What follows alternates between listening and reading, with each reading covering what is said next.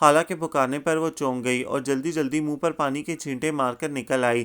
کیا بات ہے خالہ، تم نے کچھ کھایا تو نہیں ہوگا؟ روٹی ڈال دوں؟ نہیں، بھوک بالکل نہیں لگی۔ وہ میگزین لے کر صوفے پر نیم دراز ہو گئی، لیکن کچھ دیر بعد ہی اکتا کے اٹھ بیٹھی۔ خاصی بے چینی سی محسوس ہو رہی تھی۔ غالباً ابھی خضر کے خیال نے اس سے دوری کا احساس بھی دلا دیا تھا، اور ابھی تو اسے گئے صرف 3 مہینے ہوئے تھے۔ باقی کا عرصہ وہ کیسے گزارے گی؟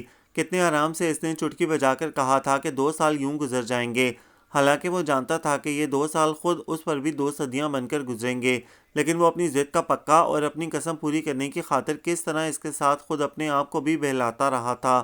آخر وقت تک وہ اس کی منت کرتی رہی تھی۔ مجھے کچھ نہیں چاہیے خضر، بس تم میرے پاس رہو، میں تمہارے پاس ہی رہوں گا، ہر پل تمہاری دھڑکنوں میں، سانسوں میں، آنکھوں میں۔ وہ کہیں بھی ڈگمگایا نہیں تھا، کمزور نہیں پڑا تھا۔ کیا سوچ رہی ہو بیٹی؟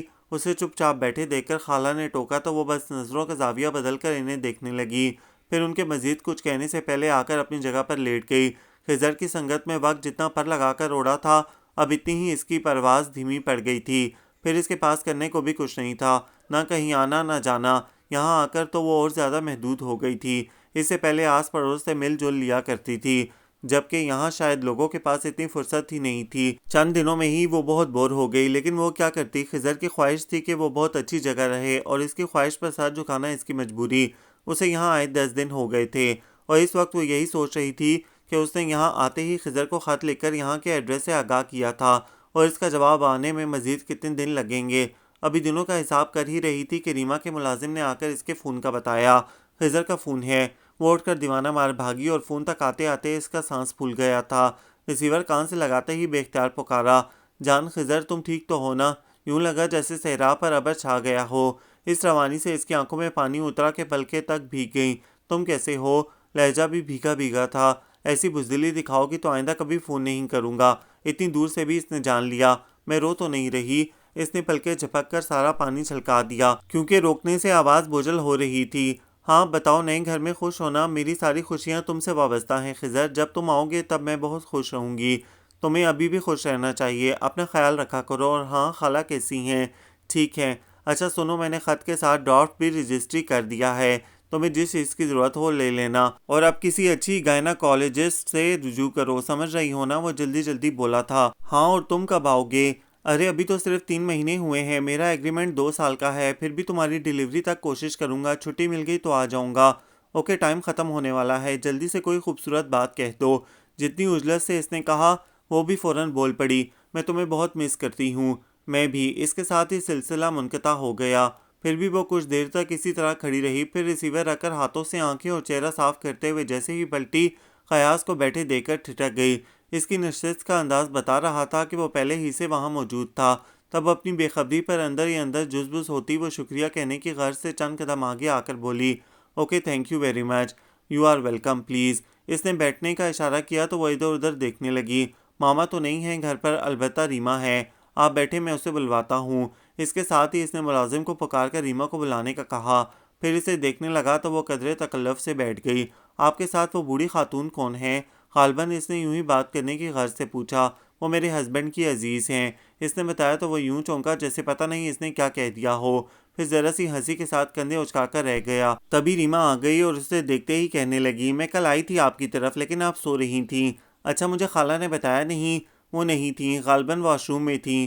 خیر آپ سنائیں کیسی ہیں؟ اس روز آپ اتنی جلدی چلی گئیں؟ مجھے بعد میں ماما نے بتایا تھا۔ اس کے پاس بیٹھتے ہوئے ریما احوال پوچھنے کے ساتھ اس روز کی بات بھی کر گئی، پھر خود ہی کہنے لگی، میرا خیال ہے آپ بور ہو گئی ہوں گی، اور میرا خیال ہے ریما پہلے تمہیں چائے کا پوچھنا چاہیے۔ اس نے کہا تو وہ فوراً بول پڑی، نہیں شکریہ۔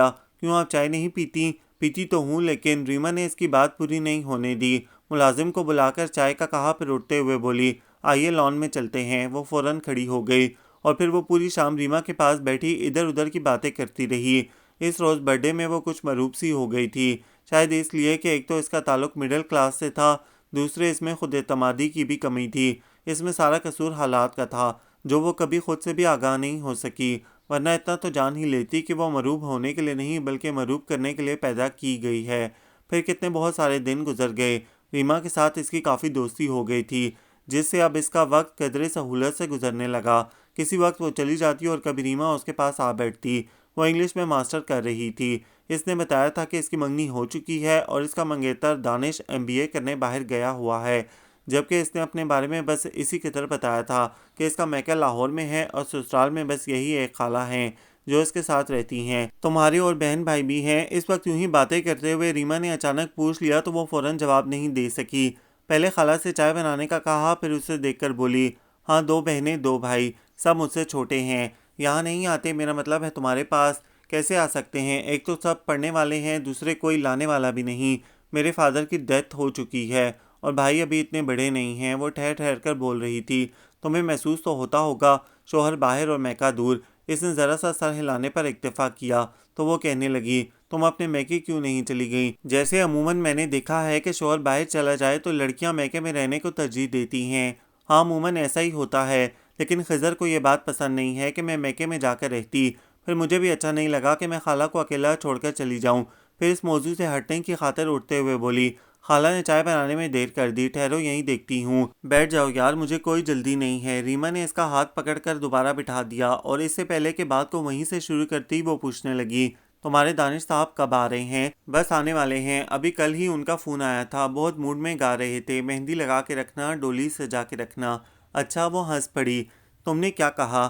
میں نے کہا میں صرف مہندی لگا کے رکھوں گی، تم پجیرو سجا کے رکھنا۔ اس نے بھی ہنستے ہوئے بتایا، پھر کہنے لگی، یار اصل مسئلہ غیاث بھائی کا ہے، انہیں کوئی لڑکی پسند نہیں آتی، جبکہ ماما پہلے انہی کی شادی کرنا چاہتی ہیں اور وہ کیا کہتے ہیں، وہ شادی سے منع نہیں کرتے، لیکن انہیں کوئی لڑکی پسند نہیں آتی، پتہ نہیں ان کی پسند کیا ہے، بتاتے بھی نہیں۔ 3 سالوں میں ماما انہیں 300 لڑکیاں دکھا چکی ہوں گی۔ تبھی خالہ چائے لے کر آ گئی اور اس کی بات سن کر تعجب سے بولی، 300 لڑکیاں؟ اس سے کچھ زیادہ ہی۔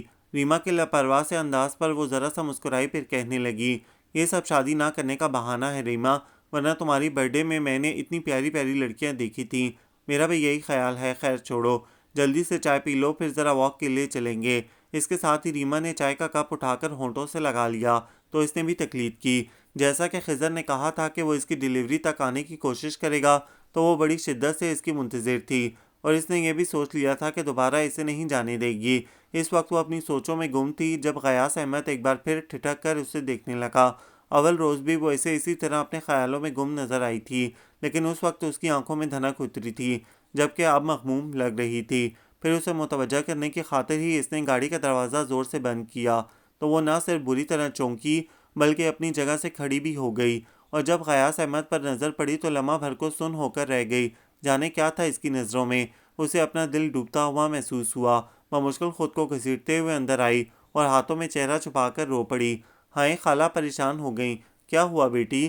کہیں کوئی تکلیف تو نہیں ہے؟ جلدی بتاؤ۔ خضر اب کیوں نہیں آیا خالہ؟ وہ اسی طرح روتے ہوئے بولی تو خالہ اطمینان کا سانس لیتے ہوئے اس کے پاس بیٹھ گئیں، پھر اس کا سر اپنی گود میں رکھتے ہوئے کہنے لگیں، میں کیا جانوں، تمہیں زیادہ پتا ہوگا، کیا کہا تھا اس نے تم سے؟ کہا تھا چھٹی ملے گی تو آ جاؤں گا، تو بیٹا ساری بات تو چھٹی ملنے کی ہے نا، نہیں ملی ہوگی، وہ بیچارہ بھی کیا کرے، کوئی خوشی سے تو گھر بار چھوڑ کر نہیں جاتا۔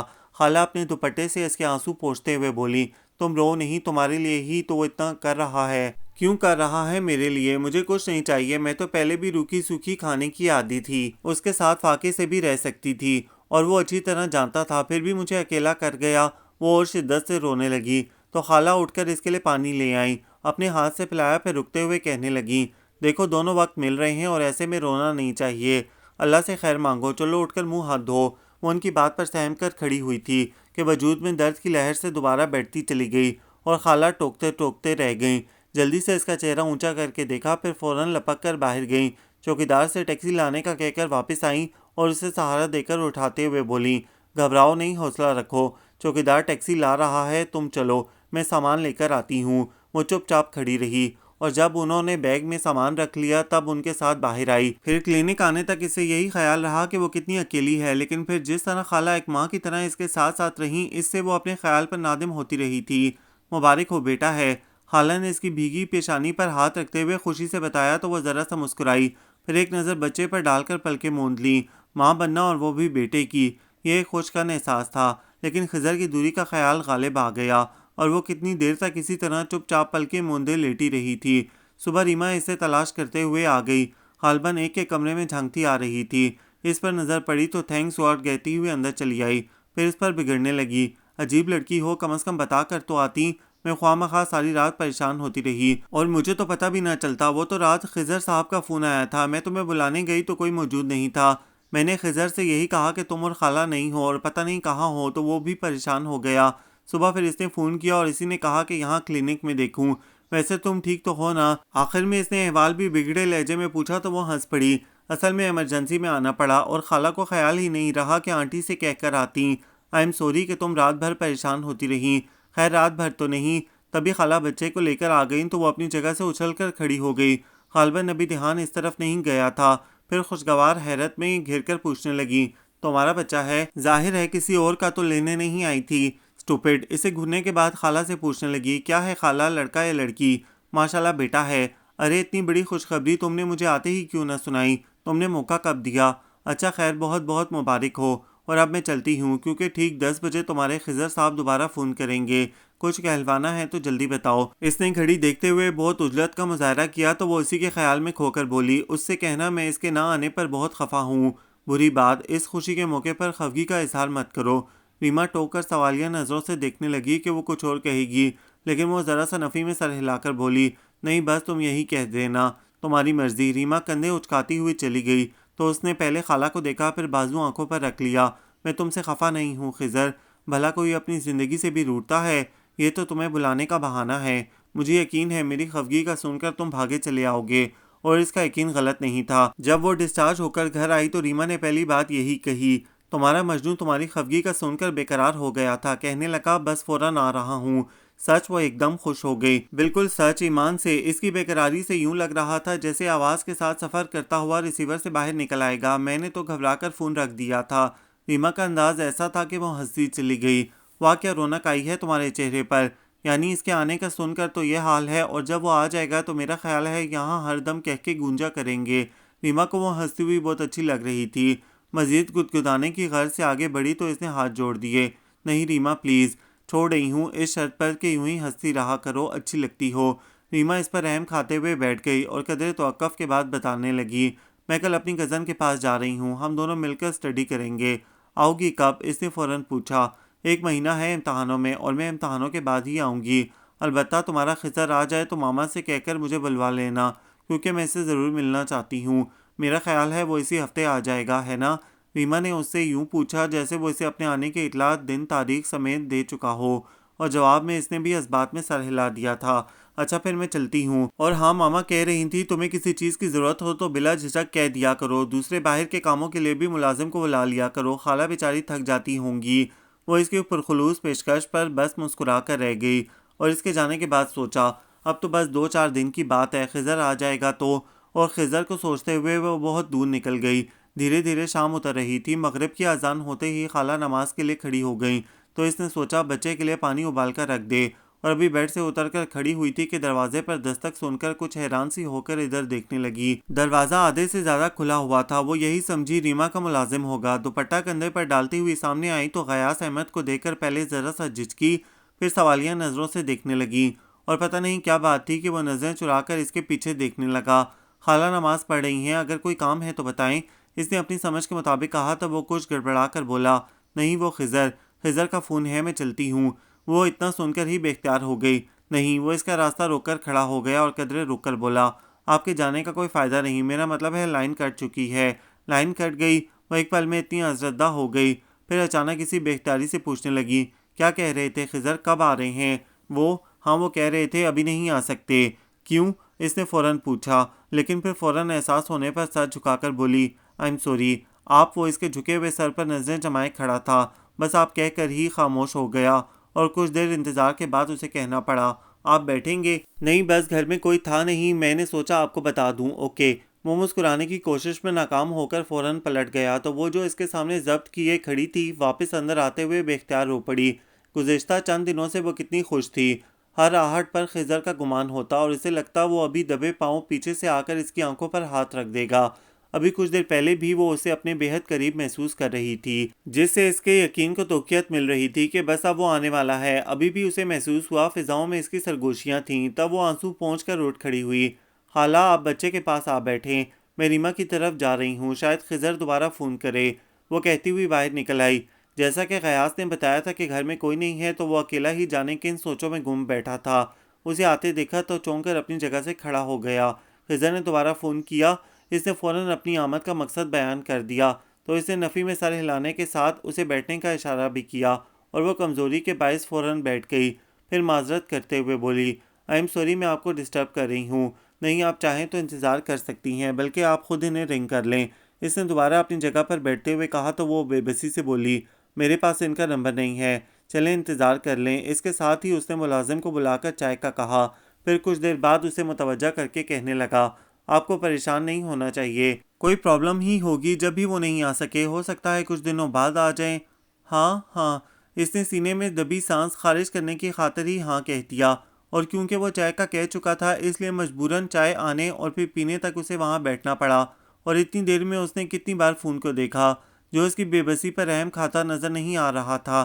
تب انتہائی مایوسی کے عالم میں وہاں سے واپس آتے ہوئے اس نے سوچا، میری خوشیوں کے لمحات اتنے مختصر کیوں ہوتے ہیں؟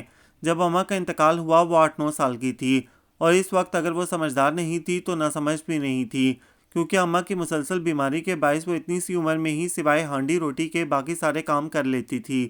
لیکن ابا کو روٹی کی فکر تھی، جو اماں کے کفن میلا ہونے کا انتظار بھی نہیں کیا۔ اس پر سوتیلی ماں لا بٹھائی، جس نے آتے ہی اسے نوکرانی بنایا اور خود حکمرانی کا منصب سنبھال لیا تھا، اور وہ تو پہلے ہی اماں کی بیماری سے کچھ تہمی ہوئی سی رہتی تھی، اب تو بالکل ہی مرجھا کر رہ گئی، بس جو وقت اسکول میں گزرتا وہی کچھ غنیمت ہوتا تھا۔ اس کے بعد تو وہ سانس بھی اپنی مرضی سے نہیں لے سکتی تھی۔ پھر بھی اس نے کبھی کسی سے شکوہ نہیں کیا، اور تھا ہی کون جس سے وہ اپنے دکھ سکھ کہتی۔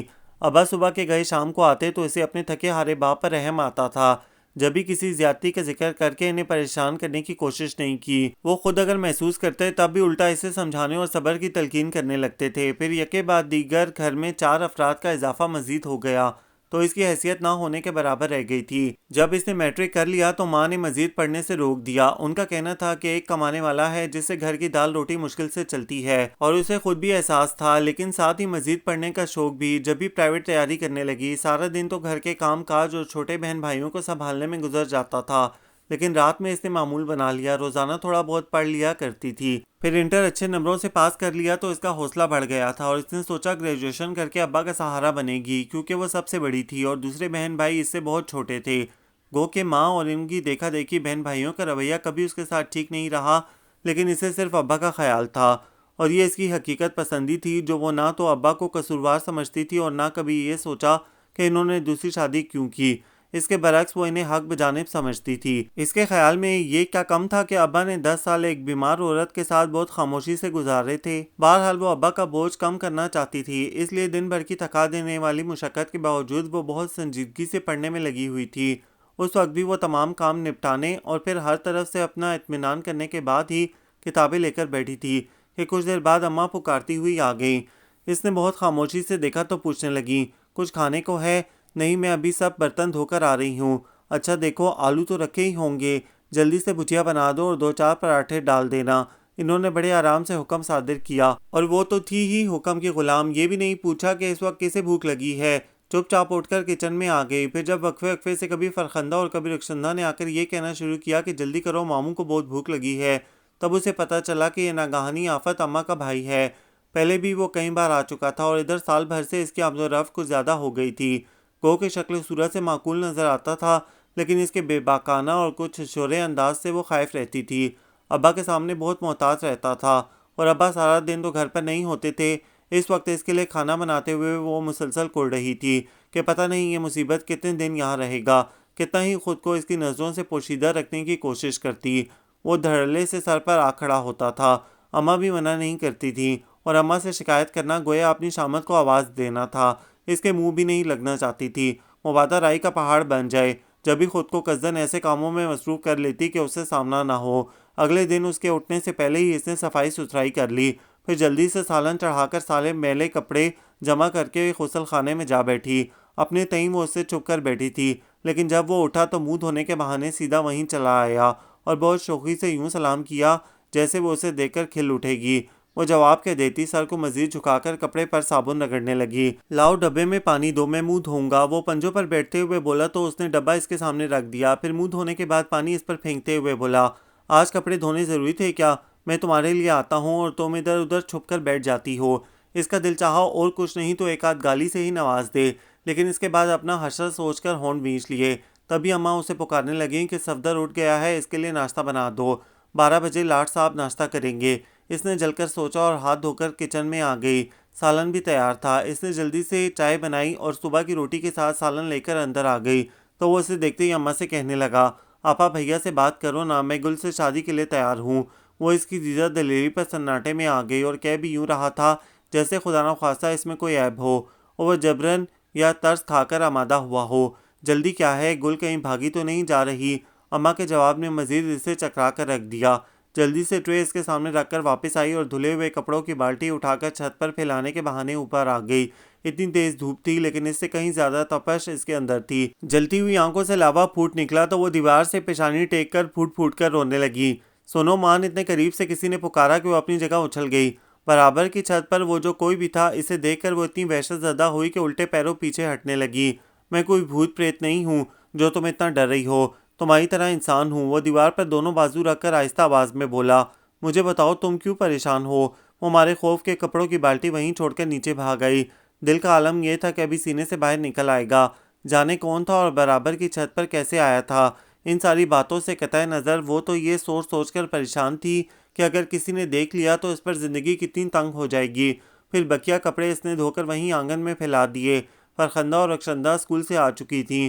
ان کے شور مچانے سے پہلے ہی اس نے آ کر کھانا نکال دیا اور خود بھی ان کے ساتھ بیٹھ کر کھانے لگی۔ تبھی صفدر آ گیا اور ابھی کچھ دیر پہلے ہی تو ناشتہ کیا تھا، پھر بھی سامنے بیٹھتے ہوئے بولا، لو مہمانوں کو پوچھا نہیں اور خود کھانے بیٹھ گئی۔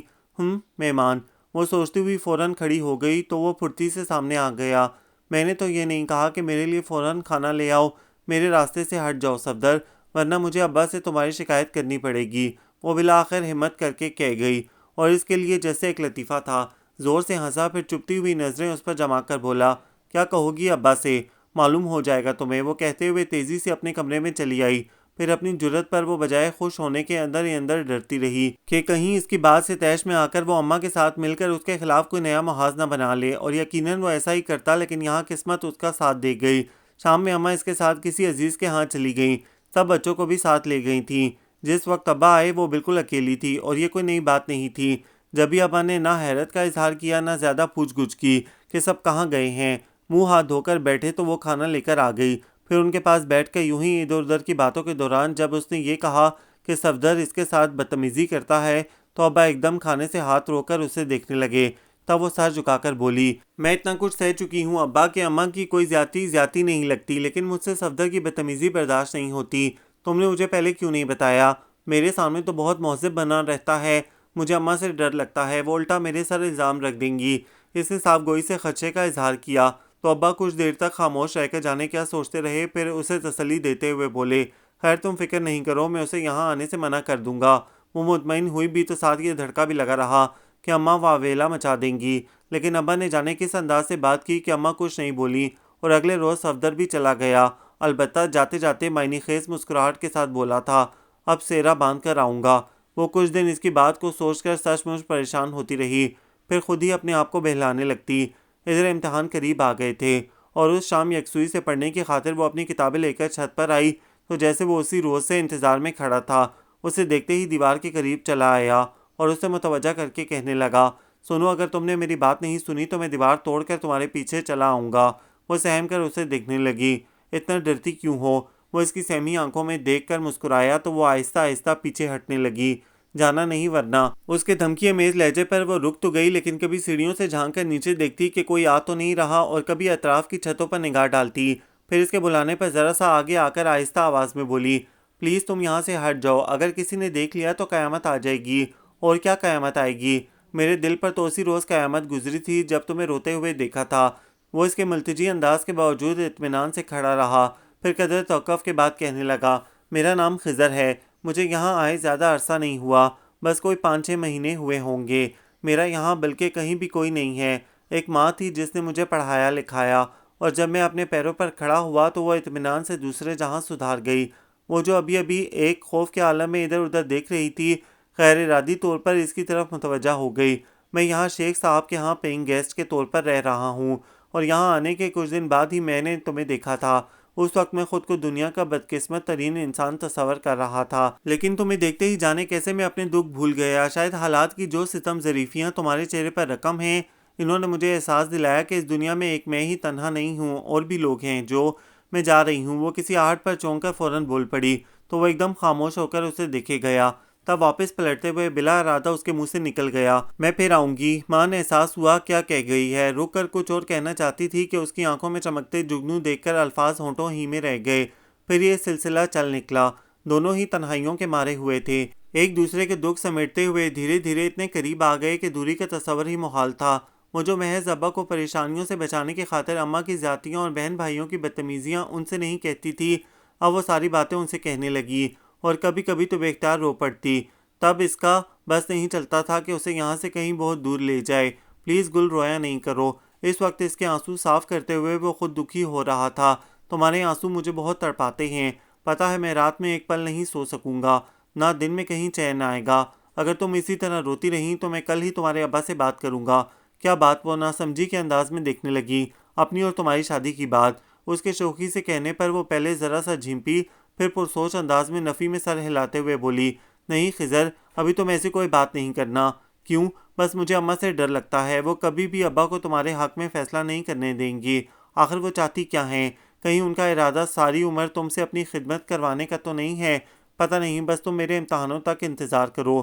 وہ اسے انتظار کا کہہ کر آئی تھی، لیکن ابھی اس کے امتحان شروع نہیں ہوئے تھے کہ محلے کی ہی ایک خاتون اپنے بیٹے کا رشتہ لے کر آ گئیں، اور کیونکہ سبھی جانتے تھے کہ اس کی ماں سوتیلی ہے اور اس کے ساتھ نامناسب رویے کی بھی سب کو خبر تھی، اس لیے وہ خاتون سیدھی ابا کے پاس آئی تھیں اور انہی سے اپنا مدعا بیان کیا، تو غالباً پہلی بار ابا کو نہ صرف اس کے بڑے ہونے کا احساس ہوا، بلکہ یہ بھی کہ وہ کتنی اہم ذمہ داری سے نظریں چرائے ہوئے تھے۔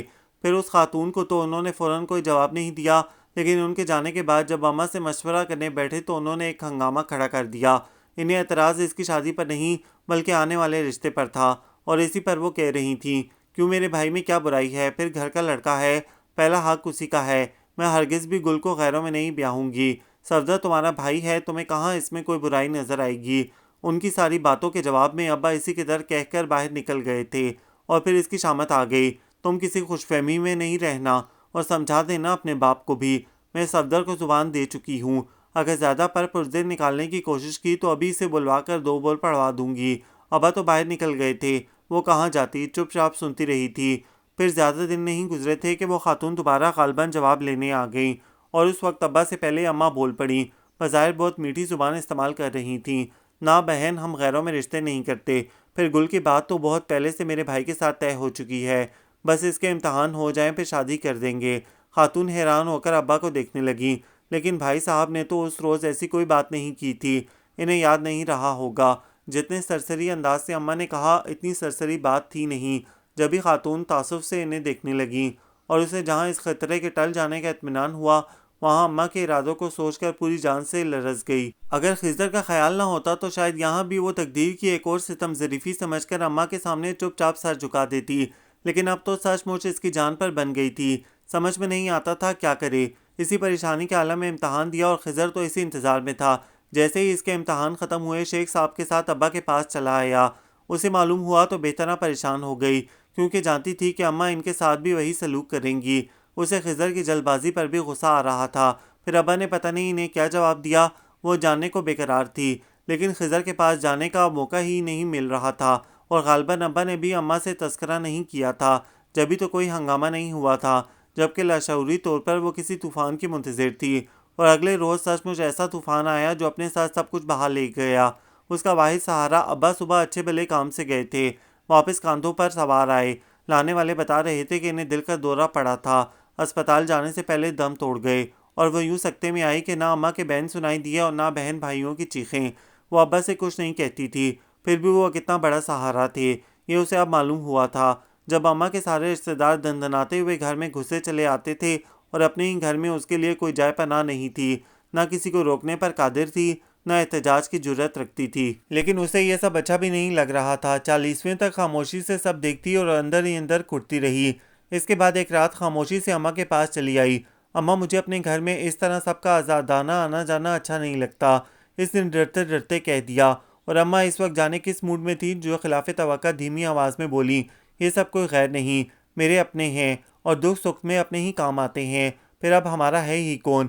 گھر کی گاڑی چلانے کے لیے کوئی نہ کوئی آسرا تو چاہیے اور یہی سب کام آئیں گے۔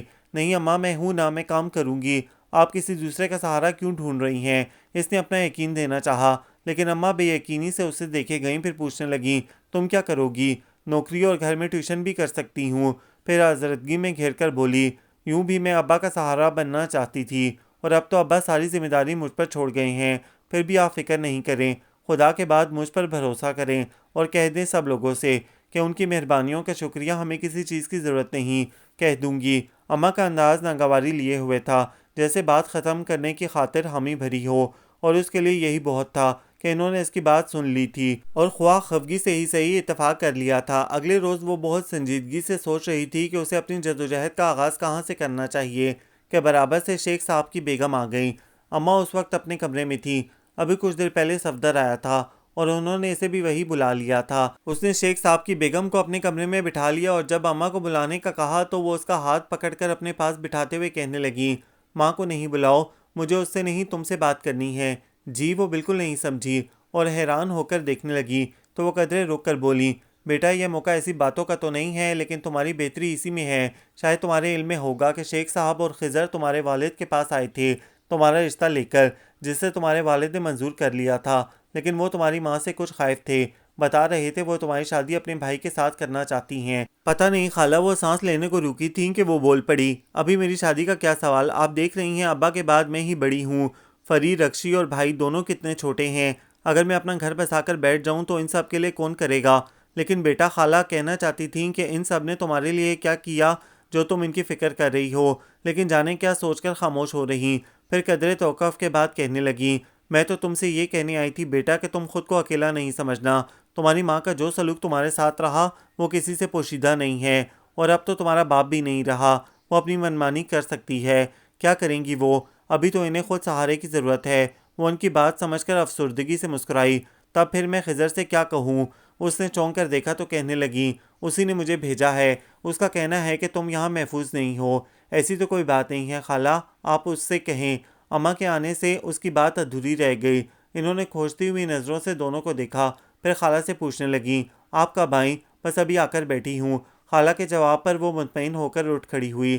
خضر کا کہنا ٹھیک تھا کہ وہ یہاں محفوظ نہیں ہے، وہ خود بھی تو ایسا ہی محسوس کرتی تھی، لیکن وہ کیا کرتی؟ گھر سے نکل کر کہاں جاتی؟ بس یہی سوچتی رہتی کہ کچھ دنوں کی بات ہے، جب وہ جاب کر کے گھر کی گاڑی چلانے کے قابل ہو جائے گی تو اماں کا رویہ آپ ہی آپ ٹھیک ہو جائے گا، بلکہ وہ اس کی مرضی پر بھی چلنے لگیں گی، اور وہ سب سے پہلے گھر میں ان کے بھائیوں اور بھانجوں بھتیجوں کی آمد و رفت پر پابندی لگائے گی۔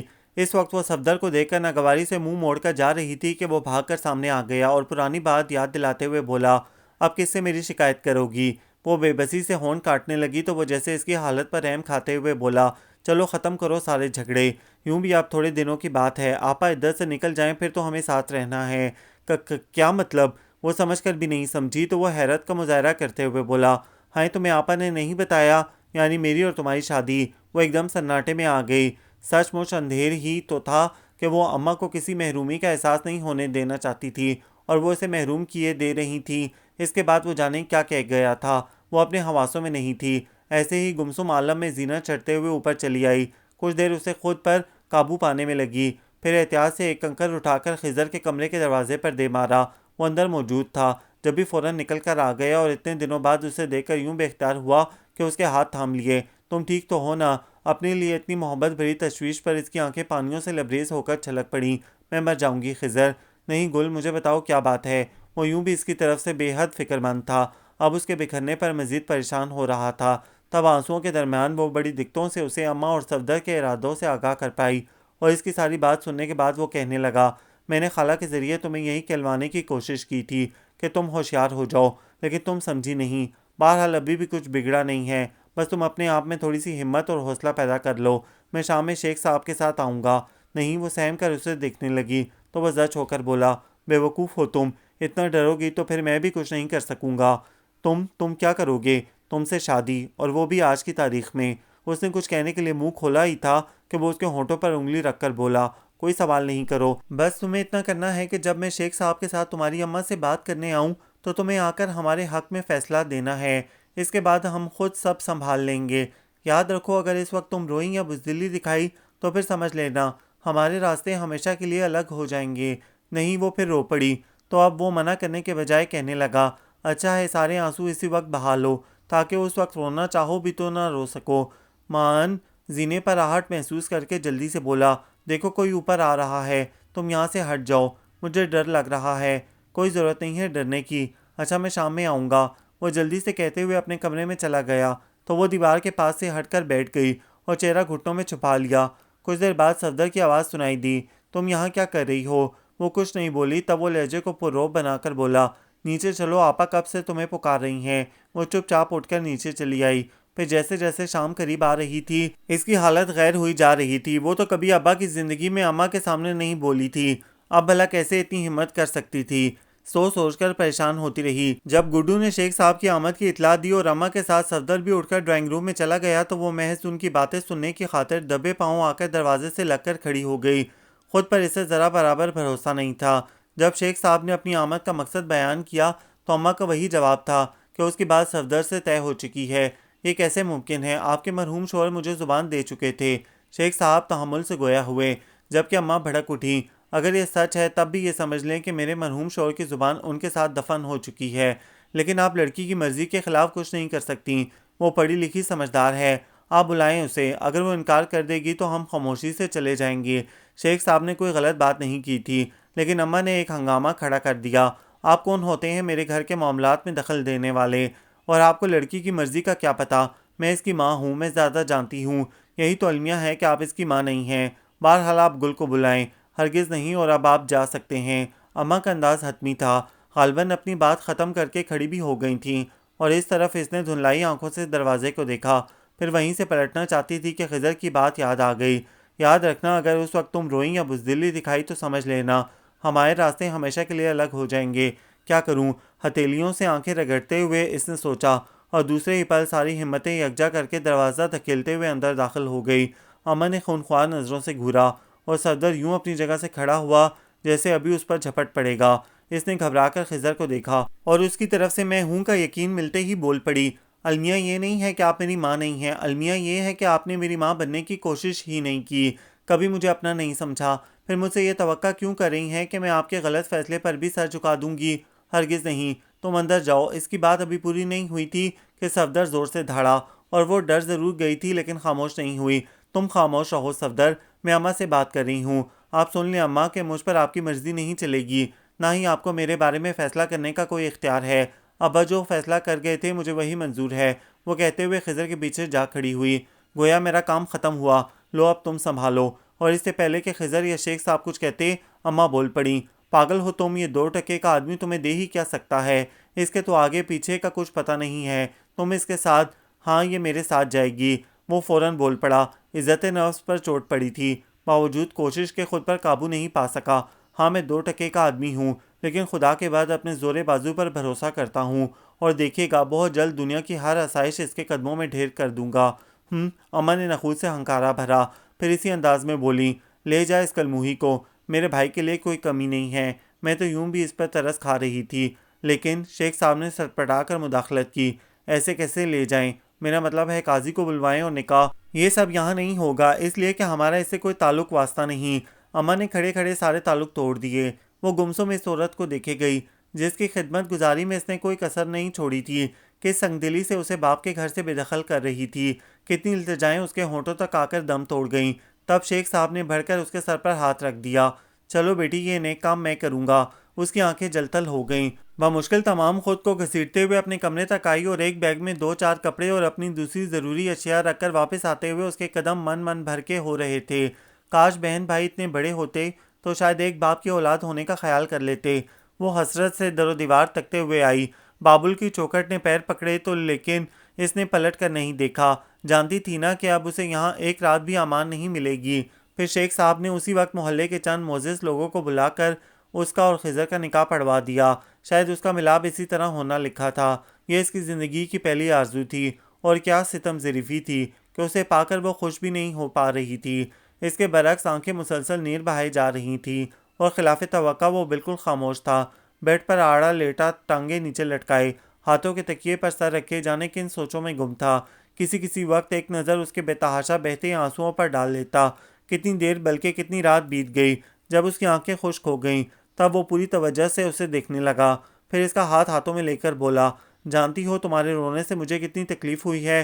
روکا اس لیے نہیں کہ نئی زندگی کی ابتدا سے پہلے سارے ملال دھل جائیں، اور اب تمہیں مجھ سے وعدہ کرنا ہوگا کہ آئندہ کبھی نہیں روگی۔ وہ کیا کہتی پلکیں جھکا کر تھوڑی گھٹنوں پر ٹکا لی۔ میں تمہیں خوش رکھنے کا دعویٰ نہیں کروں گا، البتہ یہ دعویٰ ہے کہ تم میرے ساتھ خوش رہو گی۔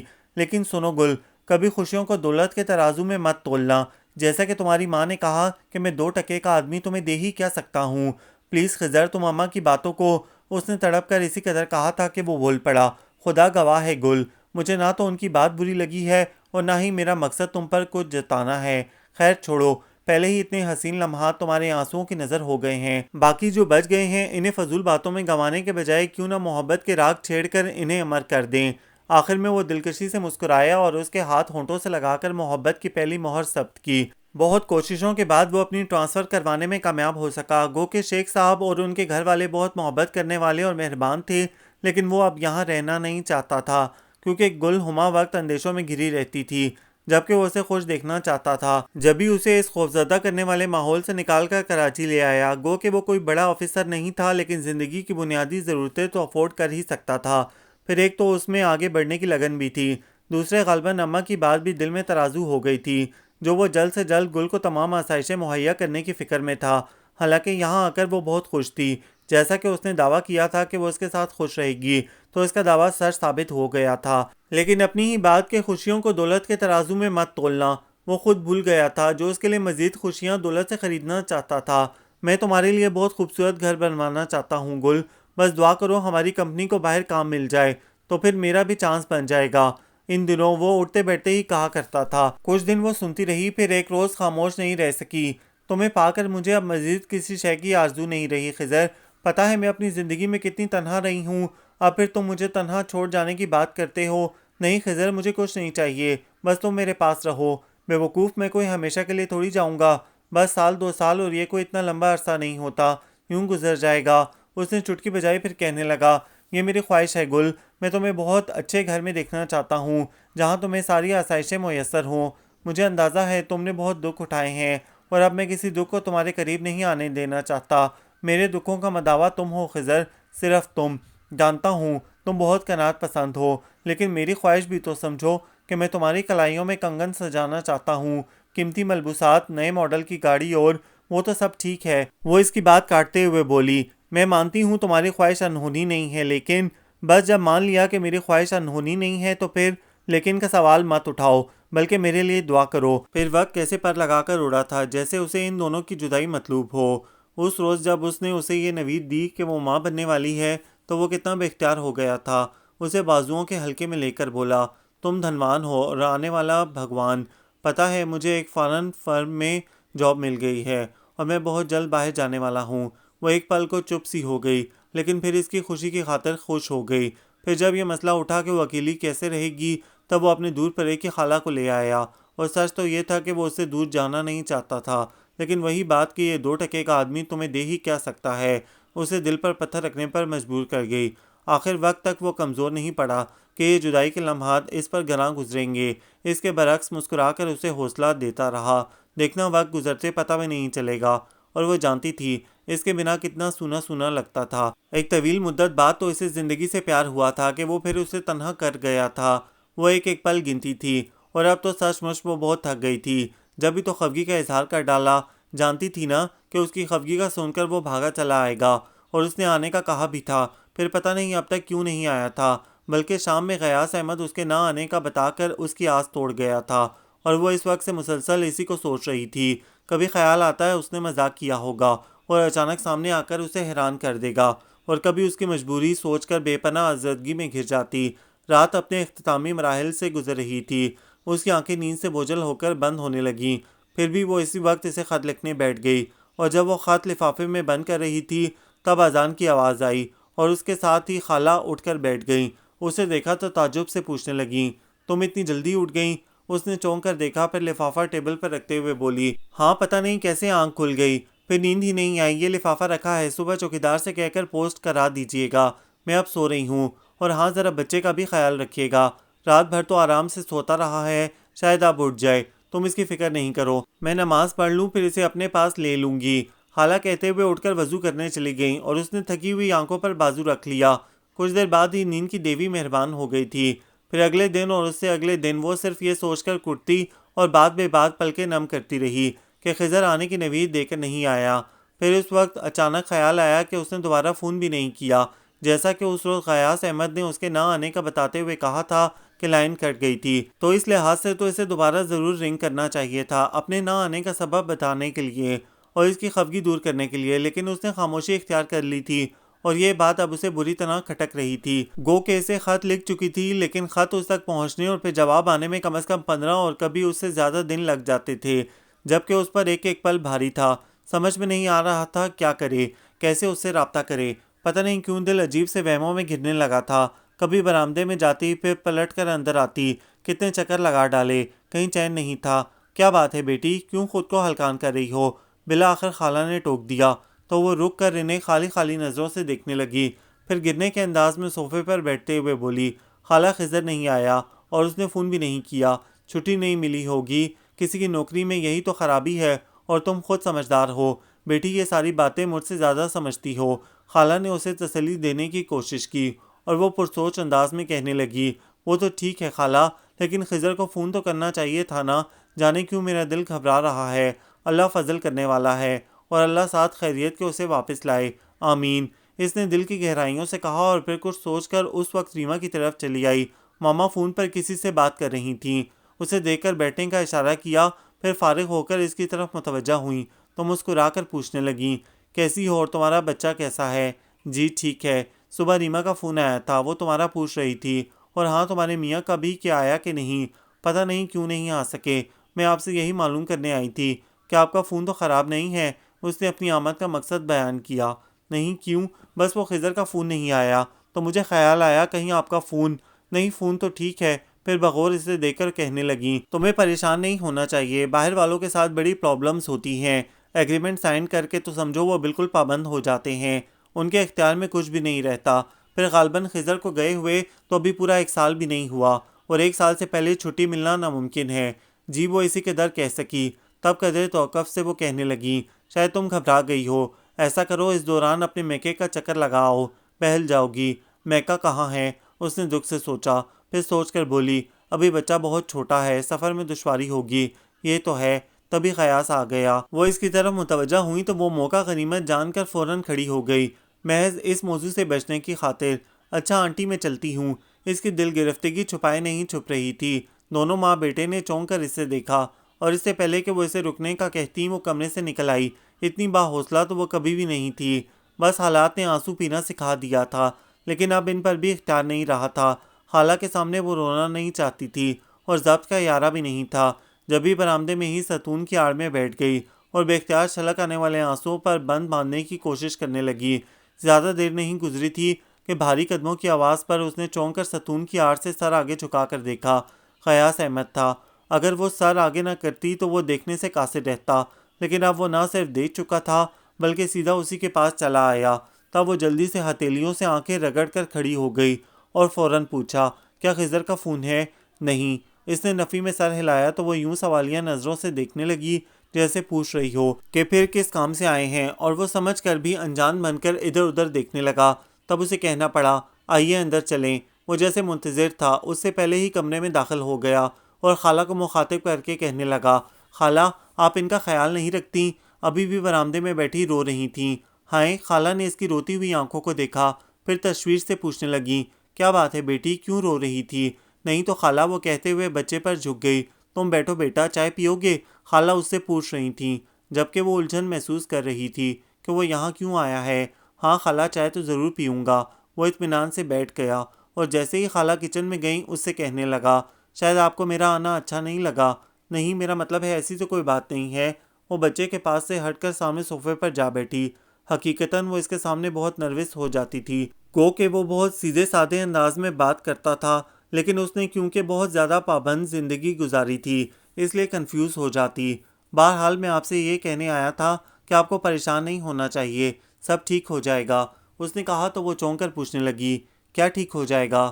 وہ سچ مچ سٹپٹا گیا اور فوری جواب نہیں سوجا تو جیب سے سگریٹ نکال کر سلگانے لگا۔ پھر اسے دیکھا وہ پوری جان سے متوجہ تھی، تب گہرا کش لینے کے بعد کہنے لگا میرا مطلب ہے آپ کو خضر کے نہ آنے پر تشویش میں مبتلا ہونے کے بجائے ان کی مجبوری اور مصروفیات کو سوچنا چاہیے۔ پھر سال 2 سال کی تو بات ہے، اس کے بعد تو ظاہر ہے انہیں یہیں آنا ہے۔ وہ بظاہر اس کی طرف متوجہ تھی کہ اندر ہی اندر خود کو سرزنش کے ساتھ ملامت کرنے لگی کہ وہ اس طرح کیوں آیا ہوئی کہ ایک اجنبی شخص اسے سمجھانے آ بیٹھا ہے۔ اگر آپ یہ چاہتی ہیں کہ وقت سہولت سے کٹ جائے تو خود کو اس حصار سے باہر نکالیے۔ ہر وقت بیٹھ کر لمحے شمار کرنے سے تو وقت نہیں کٹتا۔ اس نے جزبز ہو کر پہلے پہلو بدلا، پھر اٹھ کھڑی ہوئی۔ میں چائے لاتی ہوں۔ اسی وقت خالہ چائے لے کر آ گئیں تو اسے دوبارہ بیٹھنا پڑا، اور اس سے پہلے کہ وہ اپنی بات آگے بڑھاتا وہ پوچھنے لگی ریما کب آئے گی؟ امتحانوں کے بعد۔ ہاں اگر آپ اس سے ملنا چاہیں تو میں آپ کو اس کے پاس لے جا سکتا ہوں۔ میرے خدا، وہ پھر مشکل میں پڑ گئی اور قدر توقف سے سوچ کر بولی میرا خیال ہے وہ ڈسٹرب ہوگی۔ نہیں خیر، وہ اسی قدر کہہ پایا تھا کہ خالہ درمیان میں بول پڑی بیٹا تمہاری شادی ہو گئی کیا؟ وہ نہیں کہتے ہوئے ذرا سا ہنسا۔ ہائے، خالہ نے تعجب کا اظہار کیا۔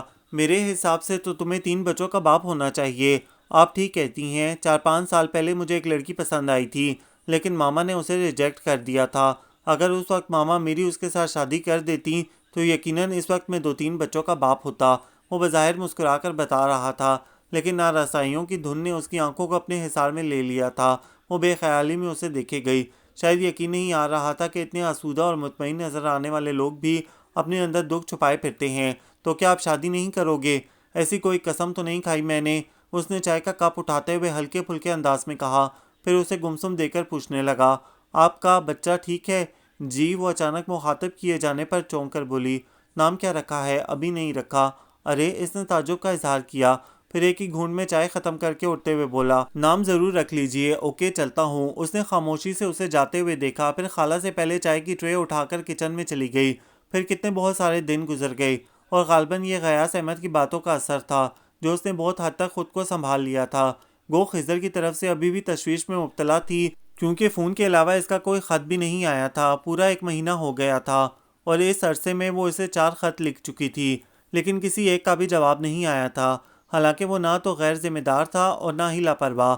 پھر اس کی خاموشی سمجھ میں نہیں آ رہی تھی، پتہ نہیں وہ اس کی آزمائش چاہتا تھا یا کیا تھا۔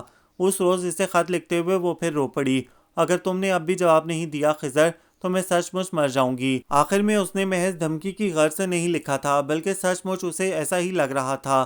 پھر وہ بڑی شدت سے اس کے جواب کی منتظر تھی۔ صبح شام گیٹ پر لگے لیٹر باکس میں جھانک آتی، اور انتظار بھی جب حد سے سوا ہو جائے تو کوفت میں مبتلا کر دیتا ہے۔ اس وقت بھی وہ دل ہی دل میں اس سے خفگی کا اظہار کر رہی تھی کہ ریما آ گئی۔ امتحانوں کی تھکن سے زیادہ سر سے بوجھ اتر جانے والی کیفیت میں مبتلا خاصی فریش نظر آ رہی تھی۔ آتے ہی اسے پوچھنے لگی تمہارا خضر نہیں آیا؟ اور وہ تو پہلے ہی خضر سے خفگی کا اظہار کر رہی تھی۔ روٹھے لہجے میں بولی نہیں۔ کیوں، کیا چھٹی نہیں ملی؟ پتہ نہیں، اس کا انداز ہنوز تھا۔ ارے تم تو یوں منہ پھلائے بیٹھی ہو جیسے اس کے نہ آنے کی ذمہ دار میں ہوں۔ اس نے سٹپٹا کر ریما کو دیکھا، پھر معذرت کرتی ہوئی بولی سوری ریما، اصل میں ابھی اسی ستمگر کو سوچ رہی تھی۔ جبھی اس کے بارے میں بات کرتے ہوئے میرے لہجے میں خفگی سمٹ آئی۔ پاگل ہو تم، آ جائے گا۔ میں اس کے نہ آنے پر خفا نہیں ہوں۔ پتہ ہے اس عرصے میں نہ تو اس نے فون کیا ہے نہ خط لکھا ہے، اور یہ تشویش کی بات نہیں ہے کیا؟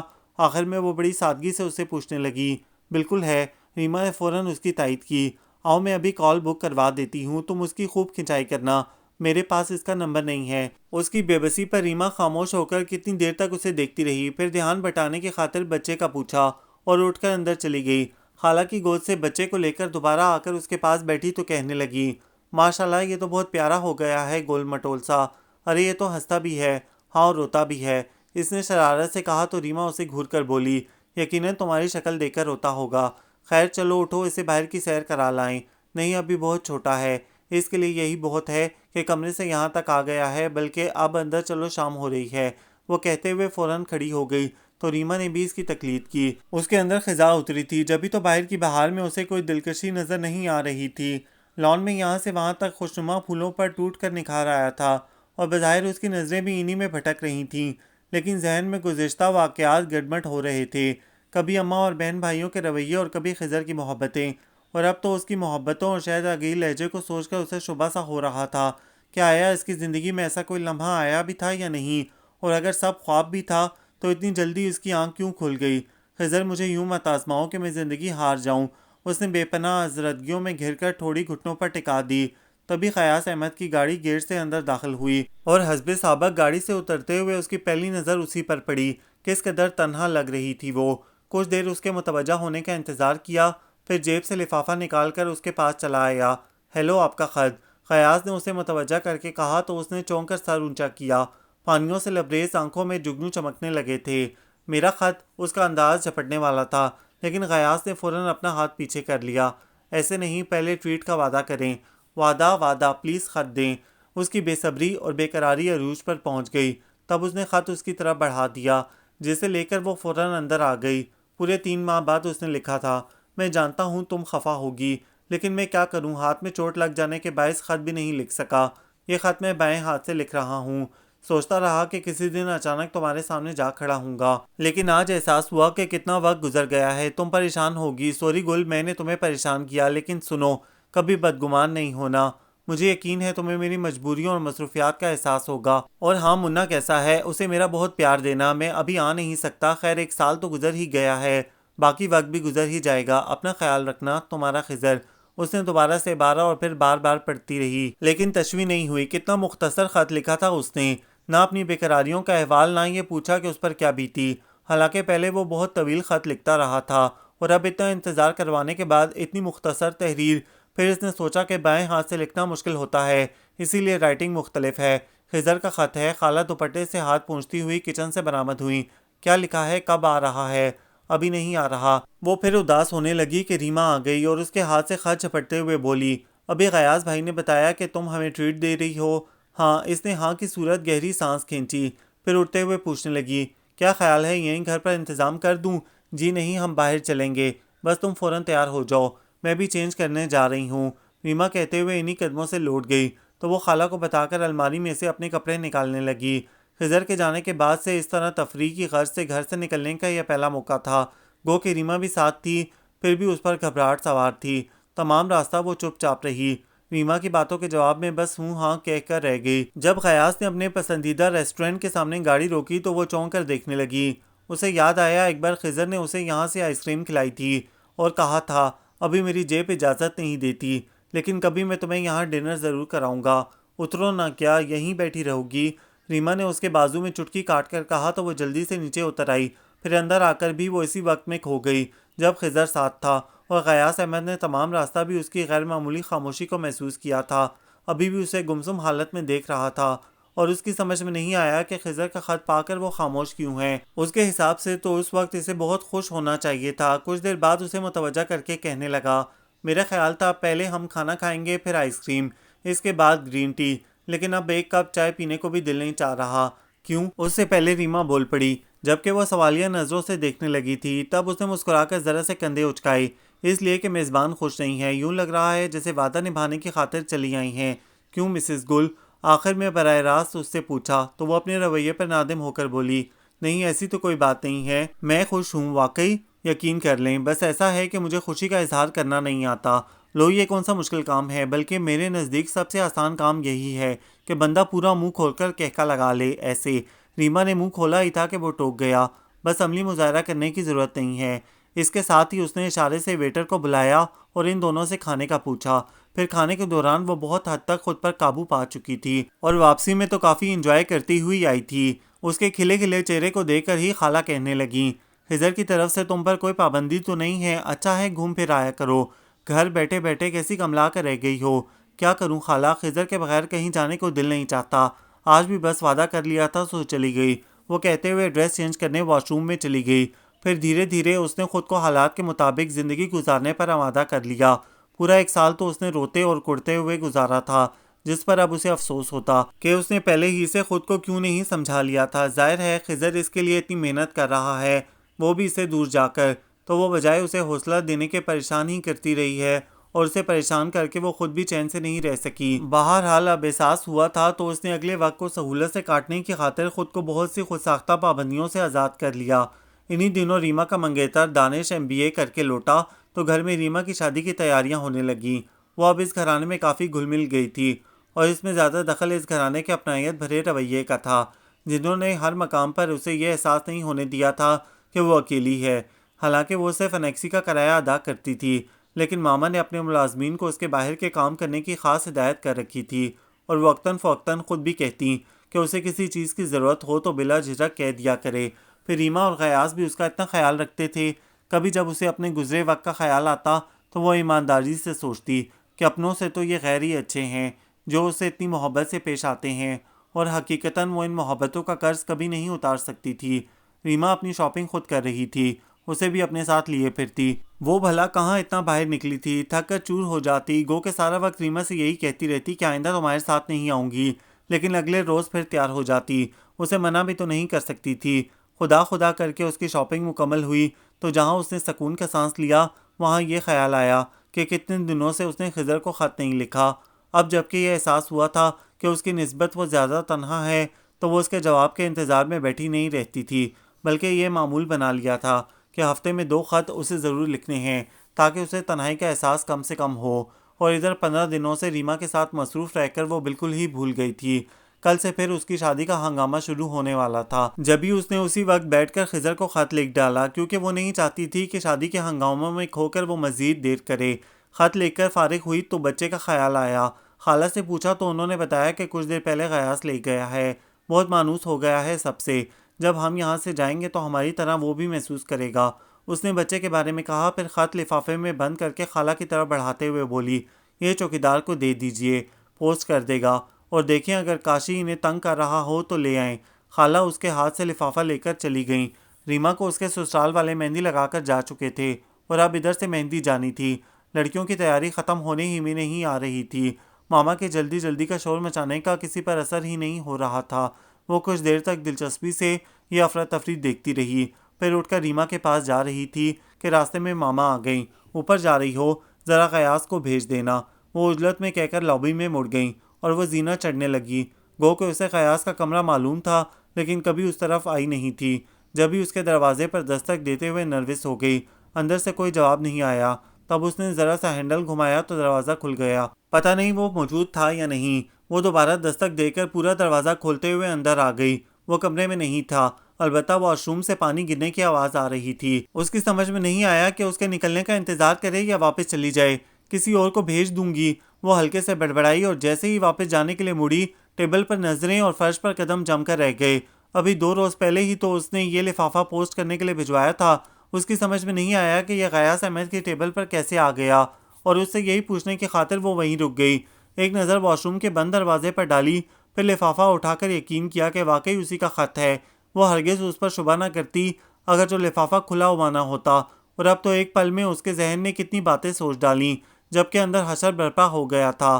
فوری طور پر کہیں اور بس نہیں چلا تو ہاتھ میں پکڑے لفافے کو دوبارہ ٹیبل پر پھینک دیا، پھر دروازے تک آ کر باہر کا جائزہ لیا۔ نیچے وہی افراتفری تھی۔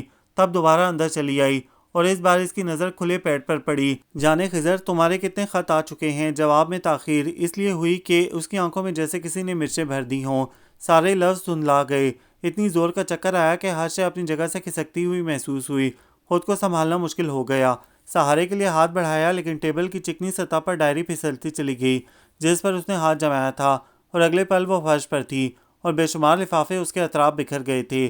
میرے خدا، ایک لہجہ کو آنکھیں بند کر کے اس نے گویا مدد چاہی، اور اگلے پل دیوانگی کے عالم میں وہ ایک ایک لفافہ کھول کر دیکھنے لگی۔ سب اسی کے خط تھے جو گزشتہ 6 ماہ میں اس نے خضر کو لکھے تھے، اور اسی دیوانگی کے عالم میں اسے پتہ بھی نہ چلا کہ وہ واش روم سے نکل کر آ گیا ہے، اپنی دھن میں مگن۔ تولیے سے بال رگڑتا ہوا مان اس پر نظر پڑی تو ٹھٹک کر رک گیا، پھر اس کے اطراف خطوط دیکھ کر جیسے اس کے اوسان خطا ہو گئے تھے۔ فوری طور پر کچھ سمجھ میں نہیں آیا تو بڑھ کر پہلے کمرے کا دروازہ بند کیا، پھر ڈرتے ڈرتے اسے پکارا، مسز گل۔ اس کا چونکنا ایسا تھا کہ تیزی سے حرکت کرتے ہاتھ جہاں تھے وہیں ٹھہر گئے، پھر آہستہ آہستہ کھڑی ہوئی اور اس کی طرف پلٹ کر ساکت ہو گئی۔ اس کی آنکھوں میں کتنے سوال مچل رہے تھے جنہیں وہ بخوبی پڑھ رہا تھا، اور اس کے پاس ہر سوال کا جواب موجود بھی تھا، لیکن اس کی حالت کے پیش نظر وہ فوری جواب نہیں دے سکتا تھا۔ اور حقیقت تو یہ ہے کہ اس نے کبھی سوچا بھی نہیں تھا کہ اسے ایسی صورتحال کا سامنا کرنا پڑے گا۔ اس کے برعکس وہ موقع کی تلاش میں تھا جب ہر بات وہ خود اس پر واضح کر دے۔ بہرحال اب جب کہ توقع کے برخلاف ہو ہی گیا تھا تو اسے صفائی پیش کرنی تھی۔ بمشکل خود پر قابو پا کر اس کی طرف بڑھا اور دھیرج سے بولا، پلیز گل آپ بیٹھ جائیں، میں آپ کو ساری بات بتاؤں گا۔ لیکن وہ بالکل غیر ارادی طور پر اس کے کندھوں پر ہاتھ رکھ کر اسے بٹھانا چاہتا تھا، لیکن ابھی اس کے ہاتھ ذرا فاصلے پر ہی تھے کہ وہ پیچھے ہٹ گئی اور دونوں ہاتھوں میں پکڑے لفافے اس کے منہ پر پھینکتے ہوئے انتہائی تعصب سے بولی، میری سمجھ میں نہیں آ رہا میں آپ کی اس بھیانک حرکت کو کیا سمجھوں۔ میرے خدا، ہماری تو کسی جنم میں دشمنی کیا ذرا سی شناسائی بھی نہیں رہی، پھر کس بات کا بدلہ لیا ہے آپ نے؟ بتائیں قیاس احمد۔ اس کی آواز آنسوؤں میں ڈوب گئی تو اس نے اپنا چہرہ ہاتھوں میں چھپا لیا۔ گل پلیز میری بات سنیں۔ وہ اس کے رونے سے پریشان ہو گیا۔ مجھے کچھ نہیں سننا، وہ سسکیوں کے درمیان ہلکی آواز میں چیخ پڑی، مجھے صرف اپنی بات کا جواب چاہیے۔ میرے اور خضر کے درمیان آنے والے آپ کون ہیں؟ وہ اپنی نظروں میں گرنے لگا۔ تبھی دروازے پر دستک کے ساتھ ماما کی آواز سنائی دی، جلدی آؤ قیاس، تم نے تو لڑکیوں کو بھی مات کر دیا ہے۔ بس آ رہا ہوں ماما، ان سے کہہ کر وہ ملتجی نظروں سے اسے دیکھنے لگا، پھر اسی انداز میں بولا، پلیز گل آپ تھوڑا سا انتظار کر لیں، میں ابھی واپس آ کر آپ کی ہر بات کا جواب دوں گا۔ بلکہ آپ بھی چل رہی ہیں نا؟ میرا مطلب ہے مہندی لے کر؟ نہیں، اس کے لہجے میں زہر بھرا تھا۔ اگر تماشا بننے کا ڈر نہ ہوتا تو حقیقت جانے بغیر اسے بھی نہ جانے دیتی، لیکن گھر مہمانوں سے بھرا تھا، ماما اسے بلا رہی تھیں، اور اس وقت تو خود اس کی پوزیشن خراب ہونے کا خطرہ زیادہ تھا کہ وہ اس کے کمرے میں کھڑی تھی۔ بس اسی خیال کے تحت فوراً اس کے کمرے سے نکل آئی، کچھ دیر راہداری میں رک کر اپنی آنکھیں اور چہرہ صاف کیا، پھر خصوصاً ماما سے چھپتی ہوئی کہ کہیں وہ اسے روک نہ لیں، سیدھا انیکسی کا رخ کیا۔ اس وقت اس کی حالت ایسی ہو رہی تھی کہ وہ کھڑے کھڑے ہر شے کو تہس نہس کر دینا چاہتی تھی۔ اندر جانے کیسا الاؤ دہک اٹھا تھا جو لگتا تھا اس کی پوری ہستی کو جلا کر راکھ کر دے گا، اور وہ یوں راکھ نہیں ہونا چاہتی تھی جب تک قیاس احمد سے اس فریب کا مقصد نہ پوچھ لے۔ ہاں اتنی جلدی مہندی لگائے؟ خالہ نے اسے دیکھ کر تعجب سے پوچھا۔ نہیں، میری طبیعت گھبرا رہی تھی، اس لیے میں ان کے ساتھ نہیں گئی، وہ کہتے ہوئے کپڑے لے کر واش روم میں گھس گئی۔ جلدی آنکھوں پر ٹھنڈے پانی نے بھی کوئی اثر نہیں کیا، ذہن تک میں لاوا پک رہا تھا، وہ کیسے خود کو سمجھاتی۔ واش روم سے نکل کر آئی تو چپ چاپ کاشی کے ساتھ لیٹ گئی اور وقت کا حساب کرنے لگی کہ ابھی یہ لوگ مہندی لے کر جائیں گے، پھر وہاں 2-3 گھنٹے تو لگ ہی جائیں گے، اس کے بعد واپسی ہوگی تو اس حساب سے 1 تو بج ہی جائے گا، خواہ 2 یا 3 بج جائے، میں انتظار کروں گی۔ اس نے سوچا اور اٹھ کر بیٹھ گئی۔ خالہ عشاء کی نماز کے بعد تسبیح میں مصروف تھیں، وہ کچھ دیر تک ان کی انگلیوں سے پھسلتے دانوں کو دیکھتی رہی، پھر بہت خاموشی سے کچن میں آ کر چائے بنانے لگی، اور جب چائے کا مگ لے کر دوبارہ کمرے میں آئی، خالہ سونے کی تیاری کر رہی تھیں۔ اس وقت چائے پیو گی تو نیند کیسے آئے گی؟ انہوں نے ٹوکنا ضروری سمجھا۔ اس نے سر درد کا بہانہ کیا اور خضر کے تمام خطوط اٹھاتی ہوئی بولی، آپ سو جائیں خالہ، میں ابھی خضر کو خط لکھوں گی، اور ہاں لائٹ آف کر دیں، میں برآمدے میں بیٹھ جاتی ہوں۔ پھر وہ خود ہی لائٹ آف کرتے ہوئے برآمدے میں آ گئی، اور چائے پینے کے دوران اس نے ان خطوط کو علیحدہ کیا جو اس کے خیال میں غیاث احمد نے خضر کی طرف سے تحریر کیے تھے، پھر ان کے لفافوں پر مقامی مہروں سے تصدیق بھی ہو گئی، تو اس کے بعد وہ جانے کیا کیا سوچتی چلی گئی۔ ہر سوچ کے اختتام پر غیاث احمد پہلے سے زیادہ گھنونے روپ میں سامنے آتا اور اس کا اشتعال انتہاؤں کو چھونے لگتا۔ بالآخر یہ اذیت ناک صدیاں بیت گئیں، سناٹے میں گاڑیوں کے رکنے کی آواز، پھر لڑکیوں کا کھلکھلانا، اور وہ جو حالات کی چکی میں پس کر ہمیشہ بہت بزدل رہی تھی، زندگی میں دوسری بار جرأت کا مظاہرہ کر گئی، پہلی بار جب اس نے خضر کے حق میں فیصلہ دیا تھا، اور اب بھی اسی کی خاطر وہ ستون کے پاس آ کھڑی ہوئی تاکہ اندر آتے ہوئے غیاث احمد اسے دیکھ لے، اور وہ دیکھ کر بھی نظر انداز کرتا ہوا اندر چلا گیا تو وہ اپنی بے بسی پر رو پڑی۔ میں آپ کی کیفیت سمجھتا ہوں گل، لیکن کیا آپ صبح کا انتظار نہیں کر سکتی؟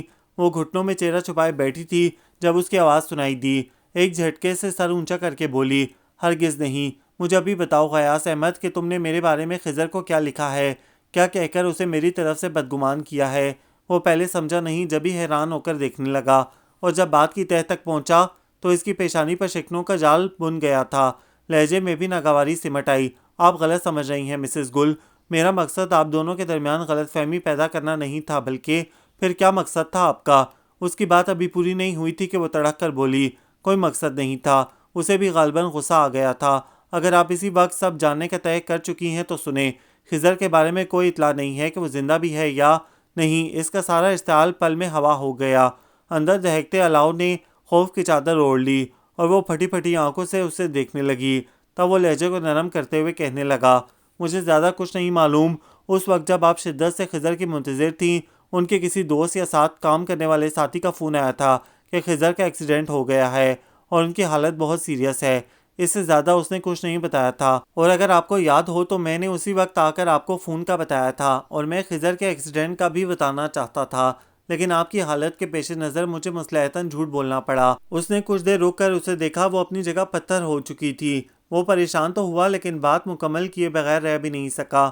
اس کے بعد میں نے سعودی عرب میں اپنے ایک دوست کو فون کیا اور خضر کا ایڈریس بتا کر پتہ کرنے کو کہا۔ میں اس انتظار میں تھا کہ اس کا فون آئے تو خضر کی خیریت معلوم ہو، تب میں آپ کو بتاؤں، جبکہ آپ اس کی طرف سے بے حد پریشان تھیں۔ پھر آپ کی پریشانی کم کرنے کی خاطر ہی ایک روز میں نے اس کی طرف سے آپ کو خط لکھ ڈالا۔ آپ کے نزدیک بے شک یہ گھنونی حرکت ہے، لیکن میں کیا کرتا؟ مجھے اس لڑکی پر رحم آنے لگا تھا جو اس کے راستے میں آنکھیں بچھائے خود اپنے آپ سے اور اپنے بچے تک سے غافل ہونے لگی تھی۔ آپ کو زندگی کی طرف لا کر اگر میں نے جرم کیا ہے تو جو چاہیں سزا دے ڈالیں، لیکن خدا را میرے خلوص پر شبہ نہ کریں۔ وہ خاموش ہو کر ادھر ادھر دیکھنے لگا۔ قدرے توقف سے اس کی طرف متوجہ ہوا۔ وہ ابھی بھی اسی طرح ساکت بیٹھی تھی۔ تب وہ بہت آہستہ سے اس کا کندھا ہلا کر بولا، مسز گل پلیز آپ اندر جائیں، باقی باتیں صبح کر لیں گے۔ میں ایک دو روز میں فون کر کے خود پتہ کروں گا باقی باتیں۔ اس کے مردہ جسم میں جیسے جان پڑنے لگی۔ ساکت پلکوں نے جنبش کی کہ گویا سیلاب کو دعوت دے ڈالی، اور اس سے پہلے کہ دلدوز چیخیں خلق سے برآمد ہو کر ایک عالم کو جگا دیتی، اس نے ہتھیلی مضبوطی سے ہونٹوں پر جما دی اور اس کی طرف دیکھے بغیر اٹھ کر اندر چلی آئی۔ وقت اتنی بھیانک چال چل گیا اور مجھے خبر ہی نہیں ہوئی۔ وہ تکیے میں منہ چھپا کر سسکنے لگی۔ اگر بچے کا خیال نہ ہوتا تو وہ شدت سے مر جانے کی آرزو کرتی۔ ابھی بھی اس کی سوچوں کے دھارے اسی رخ پر بہتے تھے۔ جب پیچھے مڑ کر دیکھتی تو کوئی اپنا نظر نہیں آتا تھا۔ ایک طرح سے سب کشتیاں جلا آئی تھی، اور آگے بھی کون تھا جس کے دم سے ڈھارس بندی تھی، اس کا کچھ پتہ نہیں تھا۔ اور یہ تقدیر کی ستم ظریفی ہی تو تھی کہ اب جبکہ وہ گزشتہ سارے دکھ بھلا کر خوشیوں کو محسوس کرنے لگی تھی، اپنے آس پاس بہاروں کی آہٹیں بھی سنائی دینے لگی تھی کہ پھر حد نظر تک خزاؤں نے بسیرا کر لیا تھا۔ وہ شکوہ کرے بھی تو کس سے؟ سمجھ میں نہیں آتا تھا کیا کرے۔ دوبارہ اس زندگی میں لوٹ جانا مشکل ہی نہیں ناممکن تھا۔ 2 دن گزر گئے۔ ذہنی خلفشار نے اسے بالکل ہی ادموا کر کے رکھ دیا۔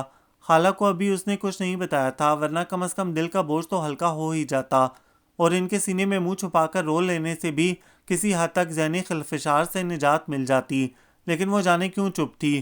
شاید ڈرتی تھی کہ کہیں وہ بھی اسے چھوڑ کر نہ چلی جائیں۔ گو کہ ان کا کوئی اور قریبی عزیز نہیں تھا، لیکن جس طرح اماں نے ابا کے بعد اس سے واسطہ تعلق ختم کر دیا تھا، اس کے پیش نظر ہی اسے یہ خیال آیا تھا۔ خالہ کتنے دنوں سے اس کی بدلی ہوئی کیفیت کو محسوس کر رہی تھیں۔ پہلے یہی سمجھی میاں کی دوری سے اداس ہے، اپنے طور پر بہلانے کی کوشش بھی کرتی رہیں، لیکن جب اسے چھپ چھپ کر روتے دیکھا تب ٹھٹک گئیں۔ اس وقت بھی جب وہ کاشی کو اپنی آغوش میں بینچے ایک طرح سے اس میں اپنی پناہ گاہ تلاش کر رہی تھی، خالہ کو وہ بہت تنہا اور خوفزدہ سی نظر آئی۔ تب انہوں نے آ کر پہلے کاشی کو اس کی گود سے لے کر بیڈ پر لٹایا، پھر اس کے پاس بیٹھ کر اپنائیت سے بولی، بیٹی مجھے بتاؤ تمہیں کیا پریشانی ہے؟ خضر کا خط نہیں آیا یا اس نے ایسی کوئی بات لکھی ہے جو؟ خالہ قصدن خاموش ہو کر ٹٹولتی ہوئی نظروں سے دیکھنے لگیں تو اس کے ہونٹوں نے ذرا سے جنبش تو کی، لیکن بولنے سے قاصر رہی۔ کیوں اپنے دل پر بوجھ ڈالتی ہو بیٹی؟ میں تمہاری ماں کی طرح ہوں، کوئی پریشانی کی بات ہے تو مجھے بتاؤ، میں تمہارے کسی کام تو نہیں آ سکتی۔ لیکن خالہ وہ ان کی گود میں سر رکھ کر رونے لگی۔ خضر کا کچھ پتہ نہیں ہے؟ کیا مطلب؟ خالہ بالکل نہیں سمجھی۔ اس کا ایکسیڈنٹ ہو گیا ہے اور اس کے بعد کوئی اطلاع نہیں آئی کہ وہ کیسا ہے۔ اس نے آنسوؤں کے درمیان بتایا تو ایک پل کو خالہ کے حواس ساتھ چھوڑ گئے، پھر اس کا چہرہ ہاتھوں میں لیتے ہوئے پوچھنے لگیں، یہ کب کی بات ہے اور تمہیں کس نے بتایا؟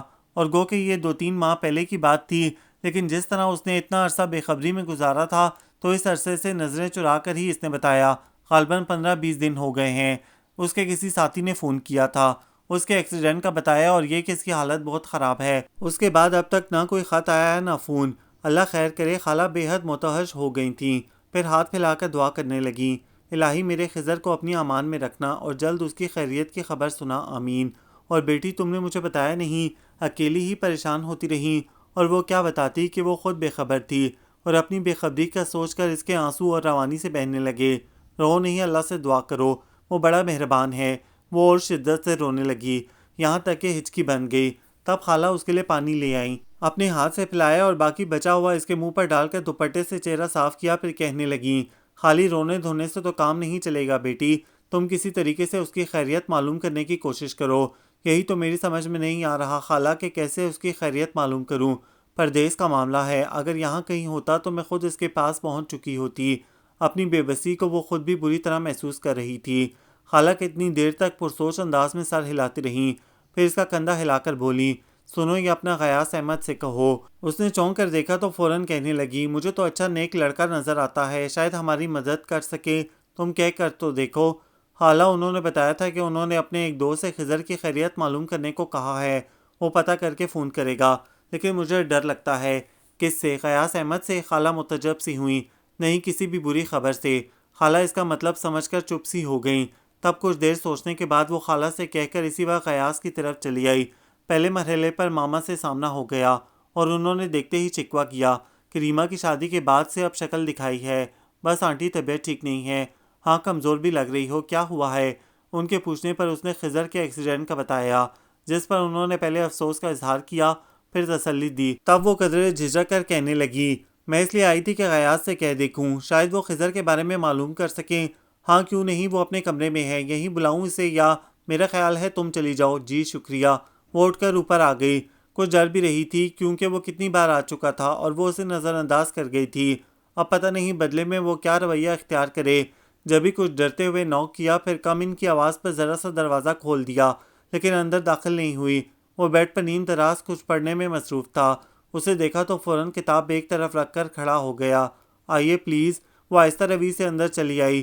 اس کی طرف دیکھنے کی بالکل ہمت نہیں تھی، نہ ہی فوراً اپنی آمد کا مقصد بیان کر سکی، اور وہ اس کے گزشتہ رویے کے پیش نظر اب بالکل خاموش اور منتظر کھڑا تھا۔ میں خضر کے بارے میں پوچھنے آئی تھی، آپ کے دوست کا فون آیا؟ کتنی دیر بعد وہ بلا تمید کہہ گئی، پلیز بیٹھ جائیں۔ وہ بیٹھ گئی۔ تب وہ کہنے لگا، جس پتے پر آپ خضر کو خط لکھتی تھیں وہاں میرا دوست معلوم کرنے گیا تھا، وہاں اسے بتایا گیا کہ وہ یہاں سے جاب چھوڑ کر جا چکے ہیں۔ کہاں یہ معلوم نہیں، آپ مجھے یہ بتائیں کہ یہاں خضر کس کمپنی میں تھے؟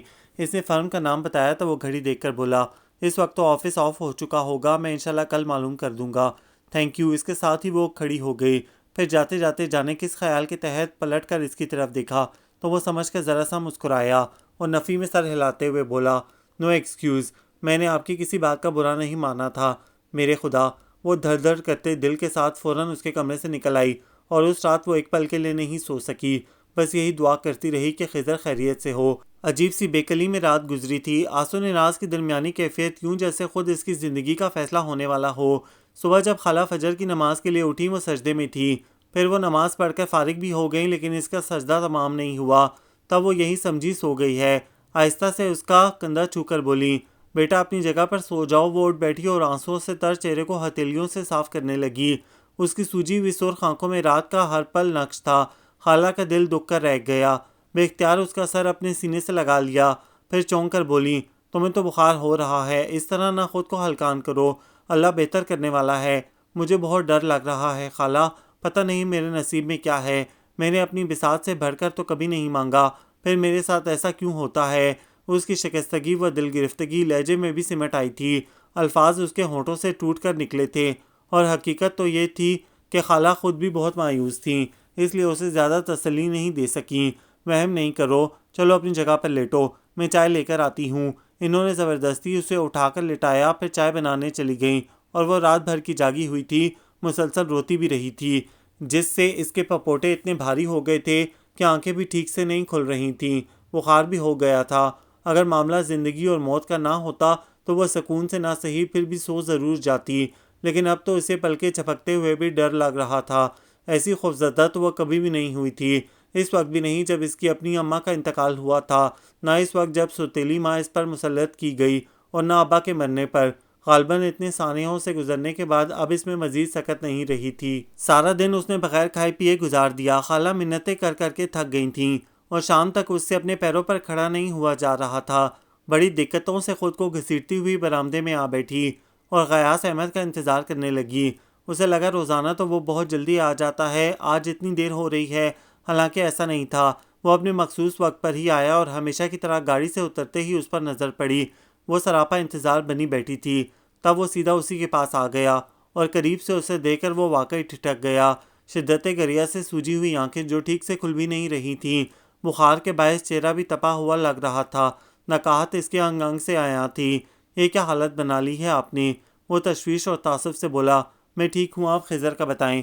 نقاہت کے باعث اس سے بولا بھی نہیں جا رہا تھا۔ اس نے ایک لمحہ توقف کیا، پھر قدرے شوخی سے بولا، پہلے ٹریٹ کا وعدہ کریں۔ اور وہ ہاتھوں میں چہرہ چھپا کر رو پڑی۔ کہیں وہ پھر تو بہلانے نہیں آ گیا؟ ارے وہ حیران پھر پریشان جلدی جلدی بولنے لگا، کم آن مسز گل، میں آپ کے لیے اچھی خبر لایا ہوں۔ خضر ٹھیک ٹھاک ہیں، بالکل خیریت سے، آئیے میں آپ کی ان سے بات کرا دوں۔ کیا؟ وہ رونا بھول کر اسے دیکھنے لگی۔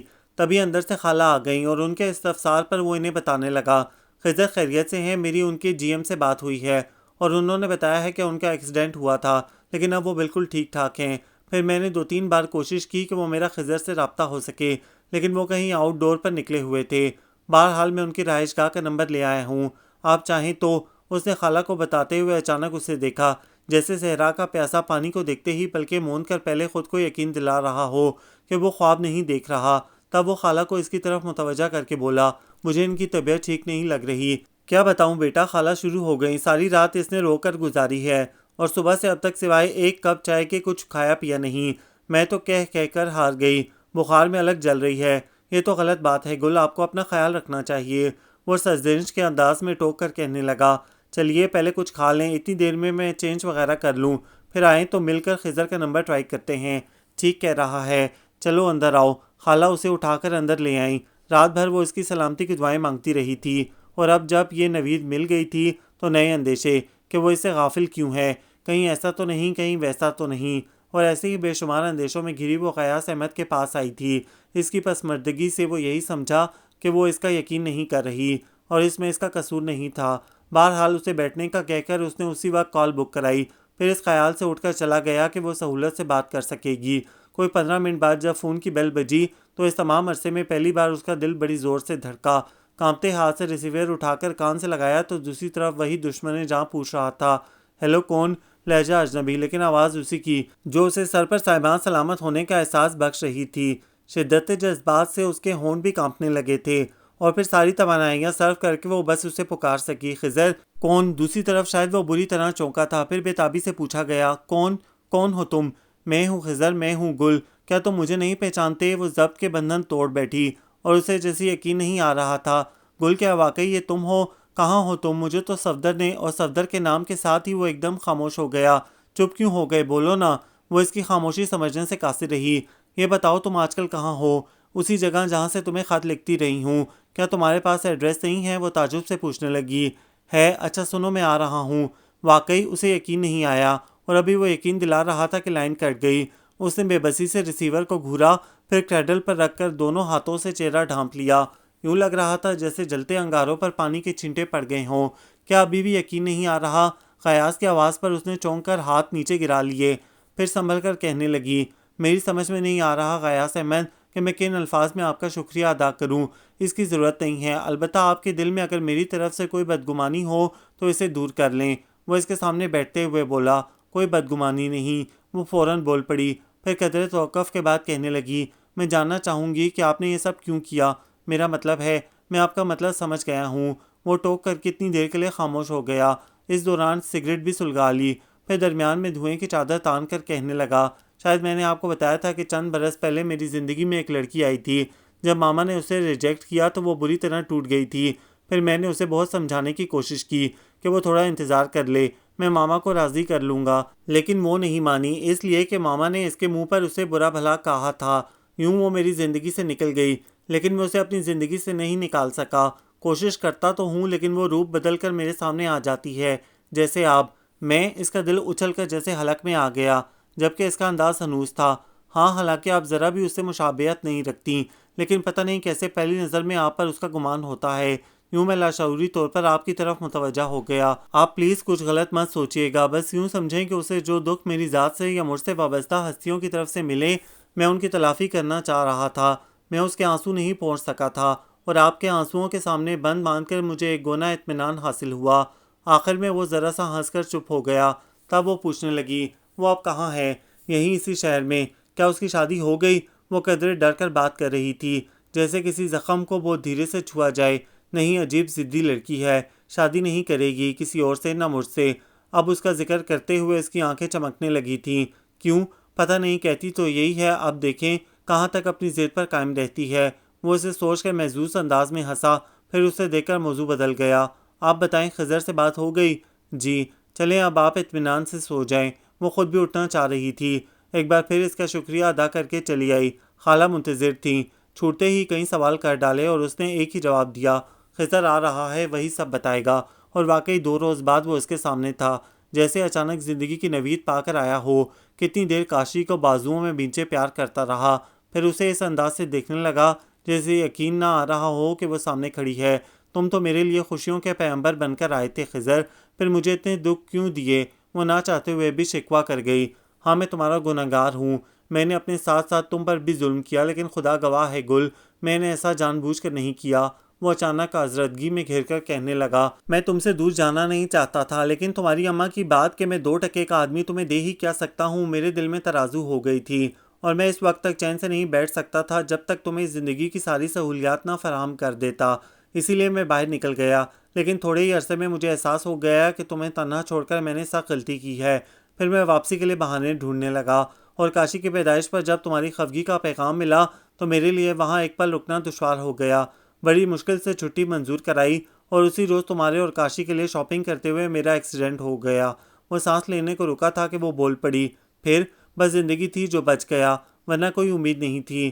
بہرحال پورا 1 مہینہ ہاسپٹل میں رہا، اور وہیں میری ملاقات صفدر سے ہوئی۔ پردیس میں اگر کوئی جاننے والا مل جائے تو بڑی ڈھارس ہوتی ہے۔ پھر اس نے تو نہ صرف خود کو میرا رشتہ دار کہا، بلکہ صبح شام میری عیادت کو بھی آتا رہا۔ بظاہر مجھ سے اتنی ہمدردی جتائی کہ میں اس کے خلوص پر شبہ نہیں کر سکا۔ پھر ہاسپٹل سے چھٹی ملتے ہی میں واپسی کی تیاری کرنے لگا، اور جب صفدر کو بتایا تو وہ میرے گلے لگ کر رونے لگا۔ میری سمجھ میں نہیں آیا کہ اسے کیا ہوا ہے۔ جب پوچھا تو اس نے یہ دلدوز خبر سنائی کہ تم بچہ خالہ اب اس دنیا میں نہیں ہو۔ تم اندازہ کرو گل کہ اس وقت میری کیا حالت ہوئی ہوگی۔ میں سچ مچ اپنے حواس کھو بیٹھا۔ ہفتوں بلکہ مہینوں مجھے اپنی خبر نہیں رہی، اور یہاں بھی صفدر ہی نے مجھے سہارا دیا۔ ایسے میں کبھی سوچ بھی نہیں سکتا تھا کہ وہ ہمدردی کی آڑ میں مجھ سے کتنا گھنونا کھیل کھیل رہا ہے۔ پھر اچانک اس سے پوچھنے لگا، کیا اس کا تمہارے ساتھ بھی رابطہ تھا؟ نہیں، وہ جو سناٹے میں گری تھی ایک دم چونک کر بولی۔ پھر اسے اپنی بے خبری سے اب تک کے حالات سناتے ہوئے وہ رو پڑی۔ آخر میں پھر اسے شاکی تھی، تم جانتے تھے خضر، میں 1 عمر تنہا رہی ہوں، میرا کوئی سنگی ساتھی نہیں تھا، پھر بھی تم میرا خیال کرنے کے بجائے اماں کی بات کو دل پر لے بیٹھے۔ 2 سال کم نہیں ہوتے، ہم محبتوں کے راہی تھے، اور تم نے محبت ہی کو پس پش ڈال دیا۔ کیوں خضر، تم نے ایسا کیوں کیا؟ اگر میں تمہاری جدائی میں سچ مچ مر جاتی تب؟ نہیں گل، ایسا نہ کہو۔ اس کا لہجہ ہجر کی دھوپ میں جھلسا ہوا تھا، اور آنکھیں اس کے بنا گزرے ہر پل کی داستان سنا رہی تھیں، جن میں دکھ اور یاسیت کے سوا کچھ نہیں تھا، اور وہ اسی لہجے میں کہہ رہا تھا، یہ میری نادانی ہی تو تھی کہ میں نے اچھی اور خوبصورت زندگی کو صرف دولت کا مرہون منت سمجھ لیا تھا، جبکہ خوبصورت زندگی تو یہی تھی تمہارے پاس۔ بس گل، اب میں آ گیا ہوں نا، بھول جاؤ سب، ہماری نئی زندگی کی ابتدا آج سے ہوگی۔ وہ کچھ دیر تک چپ چاپ اسے دیکھتی رہی، پھر پرسوچ انداز میں سر ہلاتے ہوئے بولی، ہاں خضر، ہمیں سچ مچ ایک دوسرے کی نئی زندگی کی نوید ہی تو ملی ہے، اور اس کی ابتدا پر ہی آؤ پہلے ہم اپنے محسن کا شکریہ ادا کرائیں۔ ریما بھی آئی ہوئی ہے، اور اسے تم سے ملنے کا بہت شوق ہے۔ اچھا، وہ ذرا سا مسکرایا اور کاشی کو گود میں لے کر اٹھ کھڑا ہوا، پھر اس کا ہاتھ تھام کر باہر نکلا تو اچانک موسم کتنا حسین ہو گیا تھا، جیسے بارش کے بعد ساری فضا دھل کر نکھر جاتی ہے۔ یہ ناول آپ سب کو کیسا لگا؟ کمنٹس میں اپنی تفصیلی رائے سے آگاہ ضرور کیجیے گا، ہمیں انتظار رہے گا۔ ہمارے چینل کو لائک کریں، شیئر کریں، سبسکرائب کریں۔